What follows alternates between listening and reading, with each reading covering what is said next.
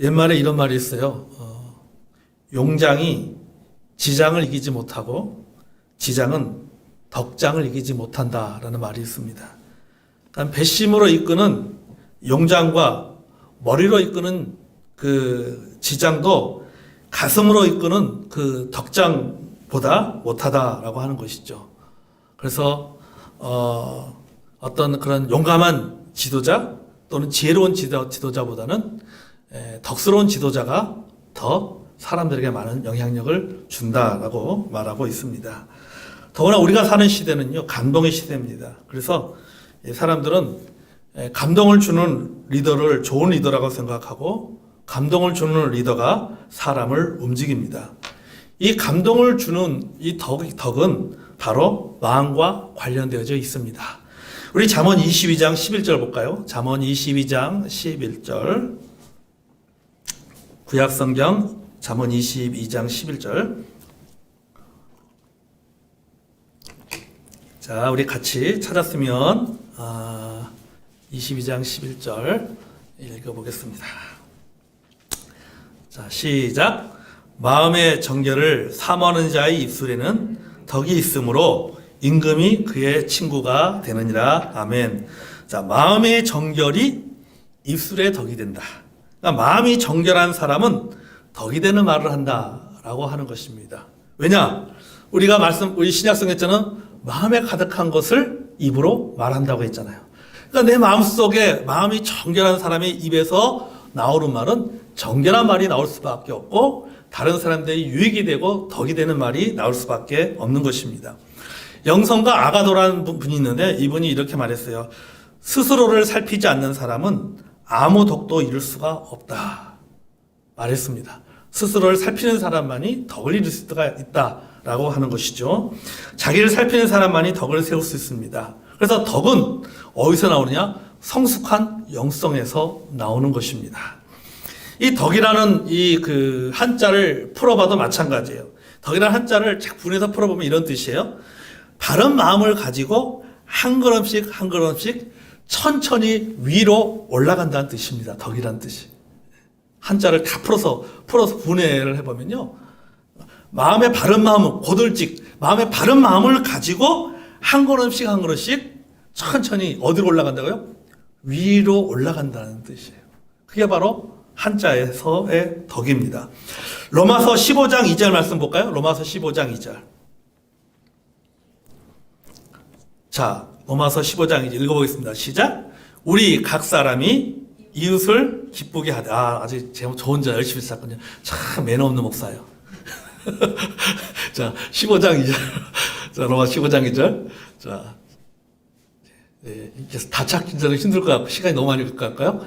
우리 어느 정도 대충 찾으면 읽도록 하겠습니다. 자, 시작. 우리 각 사람이 이웃을 기쁘게 하되 선을 이루고 덕을 세우도록 할지니라. 아멘. 자, 여러분, 우리는요, 덕이 있는 성도가 되어야 됩니다. 아멘. 덕 있는 성도가 교회에 덕을 세웁니다. 저는 우리 교회가 또 우리 교회 모든 성도들이 덕을 세우는 교회가 되고 성도가 되기를 바랍니다. 아멘. 자, 오늘 말씀도 마찬가지입니다. 바울이 말하고자 하는 목적은 방언이나 예언이 아니에요. 사실은 덕입니다. 덕에 대해서 지금 말하고 있는 거예요. 그러니까 좀 더 구체적으로 말하면 무슨 일을 하든지 무슨 사역을 하든지 무슨 은사를 가졌든지 무슨 주장을 하든지 방언이나 예언이라 할지라도 뭘 생각해야 되냐? 교회의 덕을 세워야 된다라고 하는 것을 바울이 말하고 있는 것입니다. 그래서 사실 고린도 교회 이 방언의 문제가 굉장히 심각한 문제였거든요. 그래서 그 문제를 풀어내면서 결국은 뭘 말하고 있냐면 덕을 세워야 된다라고 말하고 있는 거예요. 여러분들이 방언을 하든 예언을 하든 간에 무슨 구제하는 은사를 갖고 있든 간에 가르치는 은사를 갖고 있다네. 그런 모든 은사보다 더 중요한 것은 뭐냐? 여러분이 가지고 있는 그 은사를 가지고 덕이 돼야 된다. 그 은사가. 교회를 세우는 것이어야 되고 성도들을 세워야 되는 것이 된다라고 바울은 말하고 있는 것입니다. 그게 바로 고린도서 12장부터 14장까지 내용이에요. 그러면서 사랑에 대해서 말하는 것도 결국 뭡니까? 사랑도 다른 사람을 세워주는 거잖아요.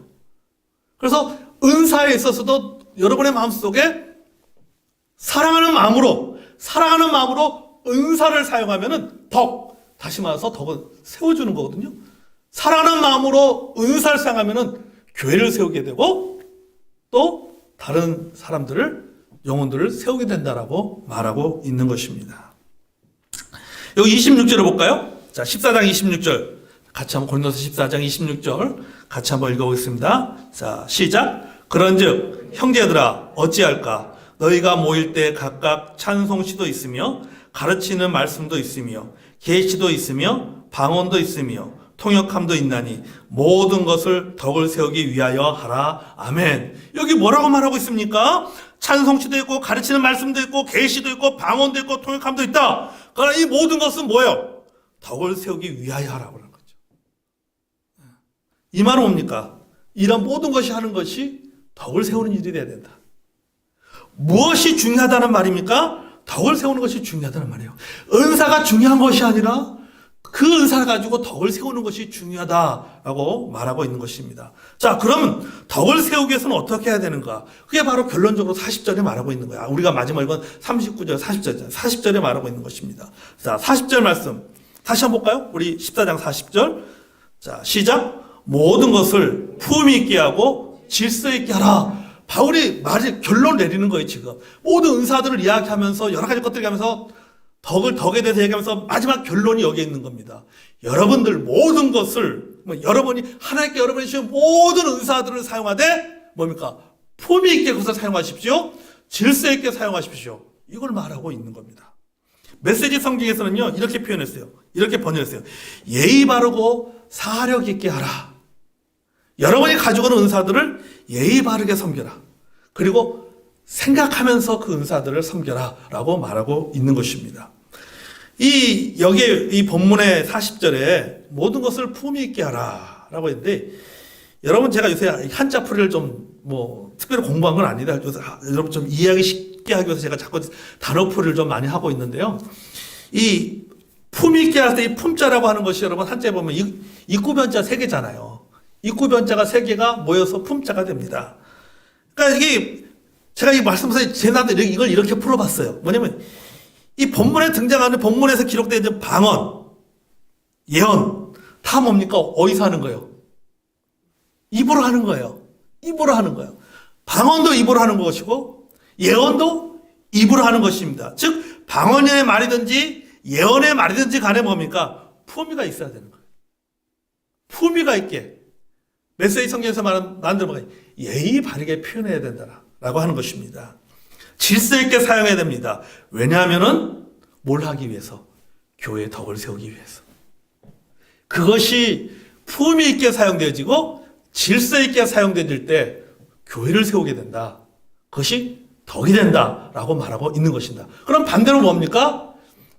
질서를 허물어버리고 또는 품위 있게 사용하지 못하면, 예의 바르게 사용하지 못하면 어떻게 된다는 거예요? 교회를 무너지게 만든다라고 하는 것이죠. 다른 사람들의 믿음을 무너지게 만드는 결과를 가져야 된다라고 하는 것이잖아요. 그래서 여러분 고린도전서 14장 쭉 말씀을 보면 그렇잖아요. 통역하는 사람이 없이 막 예언하면 어떻습니까? 사람들이 너희를 몰아보겠느냐 그렇게 하잖아요. 예의가 없는 것이죠. 무너지게 만드는 결과를 가져오게 되는 것이죠. 자, 그래서 바울은 이 방언과 예언을 대조하면서 메시지를 전하고 있습니다. 하나씩 우리가 구체적으로 살펴보겠습니다. 첫째, 방언과 예언이 뭐가 다르나? 첫째, 대상이 다릅니다. 방언의 대상은 하나님입니다. 예언의 대상은 사람입니다. 2절 앞부분 볼까요? 방언을 말하는 자는 사람에게 하지 아니하고 하나님께 하나니 이렇게 말씀하고 있잖아요. 그죠? 자, 이 말은 방언은 사람들을 대상으로 하는 것이 아니라 하나님과 교통의 수단으로 사용된다는 의미예요. 하나님께 하는 것이다. 그러니까 방언이 기도의 성격을 갖는다는 뜻입니다. 그래서 우리는 흔히 방언 기도라는 말을 쓰는 이유 중에 하나가 뭐냐면 그것이 기도는 사람에게 하는 게 아니잖아요. 하나님 앞에 하는 거잖아요. 하나님과 하는 거잖아요. 그래서 방언 기도라는 표현을 쓰는 거예요. 그러니까 방언은 사람에게 하는 것이 아니라 하나님께 하는 것입니다. 반면에 예언은 다릅니다. 예언의 대상은 누구예요? 사람이에요. 예언은 사람에게 하는 겁니다. 여기서 말하는 예언은요, 설교의 성격이 강합니다. 그러니까 하나님 말씀을 전하는 겁니다. 사람을 대상으로 하나님 말씀을 전하는 은사가 바로 예언의 은사예요. 그래서 방언과 예언은 대상이 다르다라고 하는 것입니다. 둘째, 표현의 방식이 다릅니다. 방언은 비공개적입니다. 예언은 공개적입니다. 자, 그 다음에 계속 보였잖아요. 이는 알아듣는 자가 없고 영으로 비밀을 말함이라 했습니다. 예언의 방식은 말하지 않고 방언의 방식에 대해서만 지금 말하고 있습니다. 왜냐하면 하나님께 말하는 은사이므로 알아듣는 자가 없기 때문이에요. 그러니까 방언은 다른 사람들이 이해할 수 없는 겁니다. 여러분도 이해할 수가 없잖아요. 바울은 다른 사람들이 알아듣지 못하는 이 현상을 설명하기 위해서 방언하는 자는 뭐로 말한다 하세요? 영으로 말하는 것이다. 이렇게 말하고 있어요. 영으로 말하는 것이다. 그렇게 덧붙이고 있습니다. 여기서 말하는 영은 뭐냐면 성령이 아니에요. 사람의 영혼을 가리키는 겁니다. 나의 그 사람의 영혼으로 하나님과 교제하는 것이다. 라고 말하고 있습니다. 자, 14절, 15절 볼까요, 우리? 14장 14절, 15절 읽어보세요. 시작. 내가 만일 방언으로 기도하면 나의 영이 기도하거니와 나의 마음은 열매를 맺지 못하리라. 그러면 어떻게 할까? 내가 영으로 기도하고 또는 마음으로 기도하며 내가 영으로 찬송하고 또 마음으로 찬송하리라. 아멘. 여기 보죠. 여기 영으로 기도하고 영으로 찬송하고 이렇게 기록을 하고 있습니다. 자, 자신의 영으로 하는 것입니다. 자신의 영으로 무엇을 하냐? 자신의 비밀을 하나님께 말한다라고 하는 것이죠. 여기 앞에서 영으로 뭘 말한다? 비밀을 말한다고 했잖아요. 이것은 뭘 말하냐면요, 방언의 은밀성을 말하는 겁니다. 여러분, 비밀의 특징은 뭡니까? 비공개성이에요. 그렇잖아요.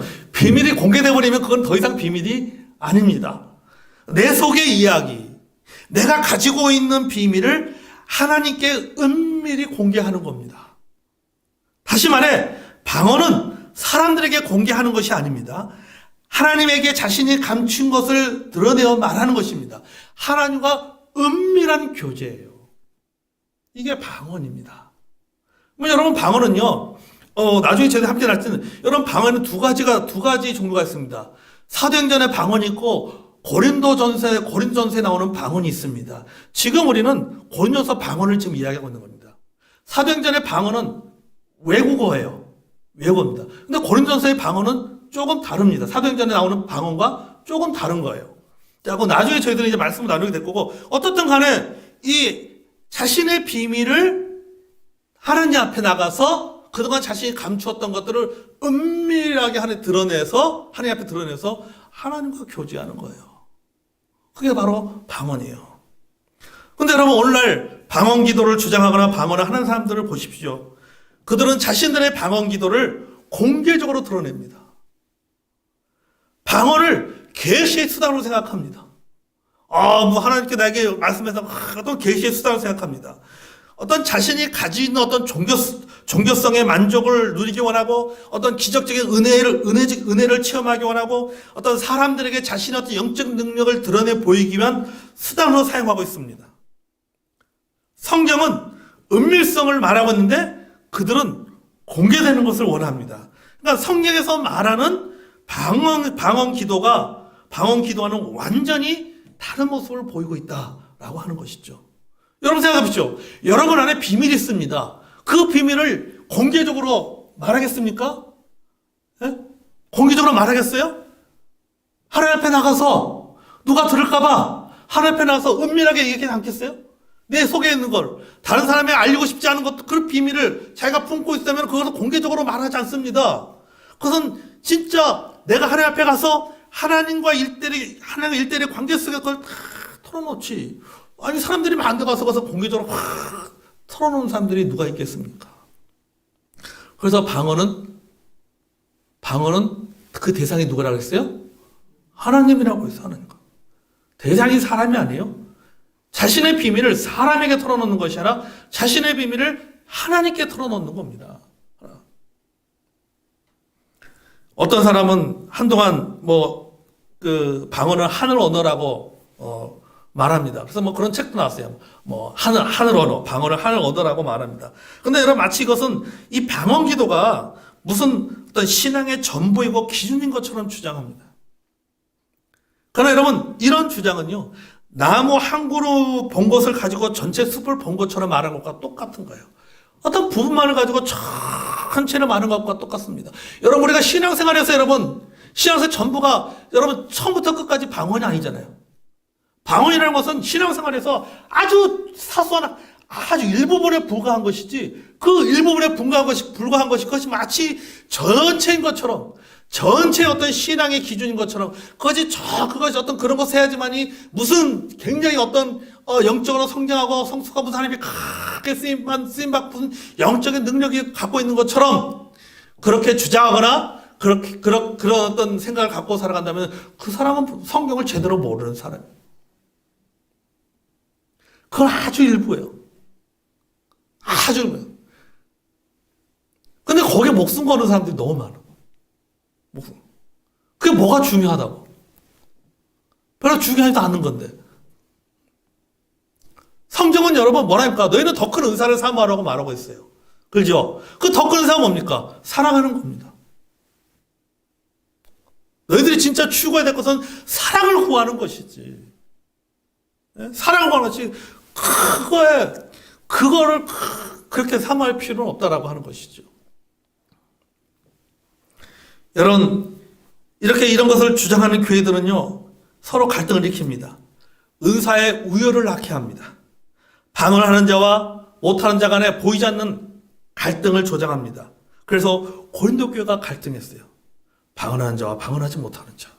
그리고 방언하는 자는 방언하지 못하는 자를 무시하고 멸시하고 열등하게 영적으로 아주 성숙하지 못한 사람으로 생각하고, 또 방언하지 못하는 사람들은 또 그런 방언하는 사람들에 대해서 그래서 나는 또 비판하고, 그러니까 이 갈등이 생기는 거예요. 고린도 교회 안에 분열되고 갈등 제일주의에 빠져버린 거죠.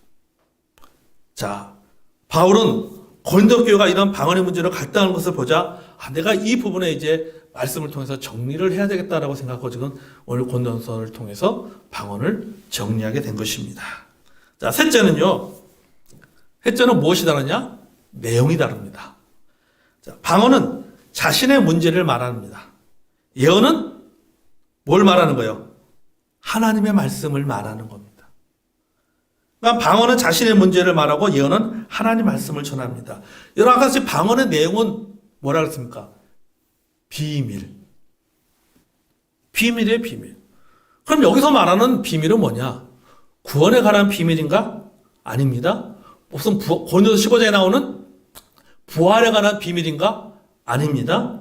하나님의 세계에 관한 비밀인가? 아니에요. 복음과 관련된 말씀과 관계되는 비밀이 아니라, 아까도 말했지만은 자신의 영혼 속에 숨겨두고 있던 개인적인 비밀을 말하는 거예요. 개인적인 비밀. 그 개인적인 비밀을 누구 앞에 말하는 거예요? 하나님 앞에 말하는 거죠. 여러분 25절 읽어보겠습니다. 시작. 그 마음에 숨은 일들이 드러나게 되므로 엎드려 하나님께 경배하며 하나님이 참으로 너희 가운데 계신다 전파하리라. 자, 여기 보십시오. 그 마음에 숨은 일들이 드러나게 되므로, 그 마음에 숨은 일. 누구의 마음에 숨은 일이에요? 자신의 마음속에 숨은 일. 내가 품고 있는 비밀. 이 비밀을 하나님 앞에 드러내는 겁니다. 그러므로 방언하는 자는 자신의 문제와 관계되어 있는 것입니다. 자기지향적이에요. 방언하는 사람은 자기지향적이고 자기중심입니다. 그래서 14절에 보면은, 4절에 보면은 바울이 오늘 본문의 말씀에 뭐라고 생각해요? 방언은 자기 덕을 세운다. 이렇게 말하고 있죠. 이 말은 자기가 초점입니다. 방언은 자기가 뭘 얻는다? 유익을 얻는 것이다. 라고 말하고 있는 거죠. 유익을 얻는 거예요. 왜요? 하나님 앞에서 내가 숨겼던 내 마음속에 갖고 있던 생각들을 하나님 앞에 다 내어놓으니까, 다른 사람도 모르고 하나님 앞에만 내어놓으니까는 결국 그것을 통해서 누가 유익을 누리는 거예요? 내가 자신이 유익을 누리는 것이죠. 하지만 예언은 다릅니다. 예언은 타인지향적이에요. 자, 예언하는 자는 교회나 사람의 덕을 세워 또 권면하고 위로하는 것입니다. 3절을 보겠습니다. 자, 3절. 자, 그러나부터 읽을까? 시작. 그러나 예언하는 자는 사람에게 말하여 덕을 세우며 권면하며 위로하는 것이요. 그렇죠, 여러분? 예언하는 자는 누구한테 말하는 거예요? 사람에게 말하는 겁니다. 하나님에게 말하는 것이 아니라 사람에게 말하는 것입니다. 방언은 하나님께 말하는 거지만 예언은 사람에게 말하는 것이에요. 여기 뭡니까? 사람에게 말해서 뭘 하냐? 덕을 세우고 권면하고 위로하는 것이다. 무엇을 통해서? 예언의 말씀을 통해서. 여기 세 가지를 말하고 있습니다. 첫 번째는 덕을 세운다. 헬라어로는 오이코도멘이라고 하는 건데요. 이 번역을 하면 뜻을 풀면 이거예요. 집이나 어떤 영적 건물을 세우는 것을 의미합니다. 그러니까 덕이라고 하는 것은 뭐냐면은 쉽게 말하면 덕은 세움입니다. 세우는 겁니다. 성경적인 덕은 뭐냐? 교회를 세우고 성도들의 믿음을 견고하게 세우는 것이 덕입니다. 아멘. 예언이 바로 이런 역할을 한다라고 하는 거죠. 예언을 통해서 교회와 성도의 믿음을 더욱 견고하게 세웁니다. 두 번째는 뭡니까? 권면이잖아요. 권면은 책망의 의미가 있습니다. 예언은 잘못된 부분들을 가르치고 보완해서 바로 설 수 있도록 합니다. 세 번째는 위로입니다. 위로는 격려의 의미가 강합니다. 그러니까 힘들어하는 성도, 상처 입은 성도, 믿음이 연약한 성도들을 격려하여 다시 설 수 있도록 도와주는 것이죠. 이 일을 하는 게 뭡니까? 바로 예언의 은사예요. 그러니까 철저하게 예언은 자기중심적이 아니죠. 예언은 누구 중심이요? 타인 중심적이고 교회 중심이에요. 사람을 향해서 하는 거예요. 사람을 향해서 뭡니까? 덕을 세우고 그 사람을 세우고 그 사람을 권면하고 그 사람을 위로해서 그 믿음을 탄탄하게 다시 세워주는 것입니다. 그게 여러분 누구한테 유익이 되는 거예요? 자기한테 유익되는 것이 아니라 다른 사람에게 유익이 되는 것이죠. 예언은. 그게 바로 여러분 방언과 예언의 차이인 것입니다. 시편 19편 우리 볼까요? 시편 19편 7절에서 8절 보겠습니다. 시편 19편 7절과 8절. 말씀은 자 읽어보세요. 자 7절 8절 시작. 여호와의 율법은 완전하여 영혼을 소성시키며 여호와의 증거는 확실하여 우둔한 자를 지혜롭게 하며 여호와의 교훈은 정직하여 마음을 기쁘게 하고 여호와의 계명은 순결하여 눈을 밝게 하시도다. 아멘. 자, 이게 예언의 능력이에요. 하나님의 말씀을 통해서 세우고 하나님의 말씀 예언인의 하나님의 말씀을 통해서 권면하고 하나님의 말씀을 통해서 위로함을 통해서 뭐 하는 거예요? 우둔한 자로 지혜롭게 만들고 정직하게 만들고 마음을 마음을 기쁘게 하고 또 영적인 눈을 밝게 해주는 이런 일들이 뭐 하는 겁니까? 이게 바로 예언이죠. 예언을 통해서 이렇게 사람들을 세우는 겁니다. 그게 바로 방언과 예언의 차이점이다. 자, 네 번째. 자, 첫 번째는 뭐일까요? 첫 번째 방언과 예언의 다른 점은 뭘까요? 대상이 다르다. 두 번째는 뭐예요? 표현이 다르다. 세 번째는 내용이 다르다. 네 번째는 세움이 다릅니다. 세움이 달라요. 방언은 자기를 세웁니다. 예언은 어디를 세워요? 교회를 세웁니다. 예언은 교회를 세우는 거예요. 4절 볼까요? 자, 4절 읽어볼까요? 시작. 방언을 말하는 자는 자기의 덕을 세우고 예언하는 자는 교회의 덕을 세우나니. 자, 여러분 보세요. 여기 방언이나 예언이나 공통점이 있습니다.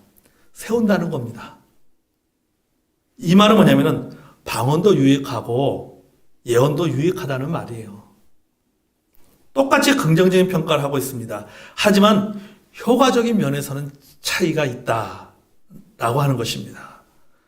이 말은 뭐냐면 방언은 자기를 세웁니다. 예언은 교회를 세웁니다. 예언의 목적은 교회를 세우는 겁니다. 자기 유익보다는 타인의 유익, 자기 세움보다는 교회의 세움을 생각합니다. 그래서 바울은 5절에서 이렇게 말합니다. 5절과 자 시작. 나는 너희가 다 방언 말하기를 원하나 특별히 예언하기를 원하노라. 만일 방언을 말하는 자가 통역하여 교회의 덕을 세우지 아니하면 예언하는 자만 못하느니라. 아멘. 여기 보면 그렇게 표현하세요. 난 너희가 다 방언 말하기를 원하나, 여러분 긍정적으로 말하고 있습니다. 그러면서 특별히 예언하기를 원한다. 그럼 뭘 더하기 원한다는 거예요? 예언하기를 더 원한다. 가르칠 일들을 더 하기 원한다는 것입니다. 이 말은 방언보다 예언이 낫다는 의미입니다. 또한 방역에 이 방언에 통역이 없다면 방언하는 자는 예언하는 자보다 못한다. 이렇게 말하고 있습니다. 즉 방언과 예언의 잣대는 뭐냐 하면은 덕이라고 하는 거예요. 누구를 세우느냐라고 하는 것이죠. 교회 덕이 되는가를 기준으로 삼았습니다. 왜 그러냐면요, 이 방언의 문제가 고린도 교회에 심각한 문제가 되었잖아요. 그래서 나중에 여러분 뒷부분에 어떻습니까? 막 무질서하게 막 시도 때도 없이 방언하는 일들이 일어나게 되잖아요. 이게 고린도 교회 문제였어요. 그래서 바울이 말하고 있는 거예요. 덕을 세워야 된다. 그래서 여러분들이 뭐냐? 예의 바르게 해야 된다. 그리고 질서 있게 해야 된다. 라고 말하고 있는 것입니다. 자, 여러분, 방언이나 예언이 신학적으로 어떤 문제가 있는가? 해야 되는가? 말아야 되는가? 이것보다 더 중요한 것이 있습니다. 그것은 바로 누구를 세우고 있는가라고 하는 거죠. 누구를 세우고 있는가? 그것이 교회에 덕이 되지 못한다면, 성도를 세우지 못한다면 절제해야 된다라고 하는 거죠. 하지 말아야 된다라고 하는 겁니다. 그것이 방언이든 아니면은 특별히 예언이든 간에 예언이 중요하고 방언이 중요하고 이게 중요한 것이라. 방언이라 할지라도 예언이라 할지라도 그것이 교회를 세우지 못하고 성도들을 세우지 못한다면은 바울은 뭐라고 결론적으로 말하면은 그것은 해서는 안 된다라고 말하는 거예요. 그건 잘못된 것이다라고 이야기하고 있는 것입니다. 그러므로 우리가 하나님께 그런 주신 은사들을 어떻게 우리가 그 은사들을 가지고 섬겨야 될 것이냐? 여러분, 이 고린도서 14장 첫 절에서 말하고 있는 것은 한 가지 메시지입니다. 마지막 절에 있는 거잖아요. 예의 바르고 품위 있게 질서 있게 은사를 사용해야 된다라고 말하고 있습니다. 우리가 다음 시간에도 우리가 이제 6절, 14장 6절부터 계속 이 말씀을 좀 나누도록 그렇게 하겠습니다. 자, 정리하고 그겁니다. 여러분, 우리가 오늘 말씀, 여러분 하나님 말씀 들으면서 이거 다 한 가지만 알고 있으면 돼요. 그 뭐냐면요, 그것이 여기서 이제 그 예를 방언과 예언을 드렸지만은 어떤 방언의 은사도 하나님이 주신 것이고 예언도 마찬가지로 하나님 주신 은사잖아요. 그러니까 우리가 뭐냐면은 그것뿐만 아니라 우리가 교회 안에서 하나님께서 무슨 은사를 주셨든 간에 은사 주셨든 간에 그 은사가 덕이 돼야 된다. 그리고 그 덕이 되기 위해서는 뭐 해야 됩니까? 여기 본문의 말씀처럼 뭐 해야 된다는 거예요? 뭐야? 예의 바르게, 질서 있게, 품위 있게. 본 말씀대로 뭐예요? 품위 있고 질서 있게 행해야 된다. 그럴 때만이 그것이 교회를 세우는 결과를 가져오게 된다라고 말하고 있습니다. 그러므로 여러분의 교회 안에서 하나씩 은사들을 우리가 가지고 섬길 때 어떤 자리에 섬기든 간에 늘 기억하시기 바랍니다. 자, 우리가 어떻게 됩니까? 품이 있고 그 다음에 뭐 해야 돼요? 질서 있게 섬겨야 됩니다. 그래야지 그것이 그 은사가 빛을 발하고 열매 맺고 그것을 해서 교회가 든든히 세워지고 성도들의 믿음이 든든히 세워지게 될 줄로 믿습니다. 이 시간 찬송가 458장 찬송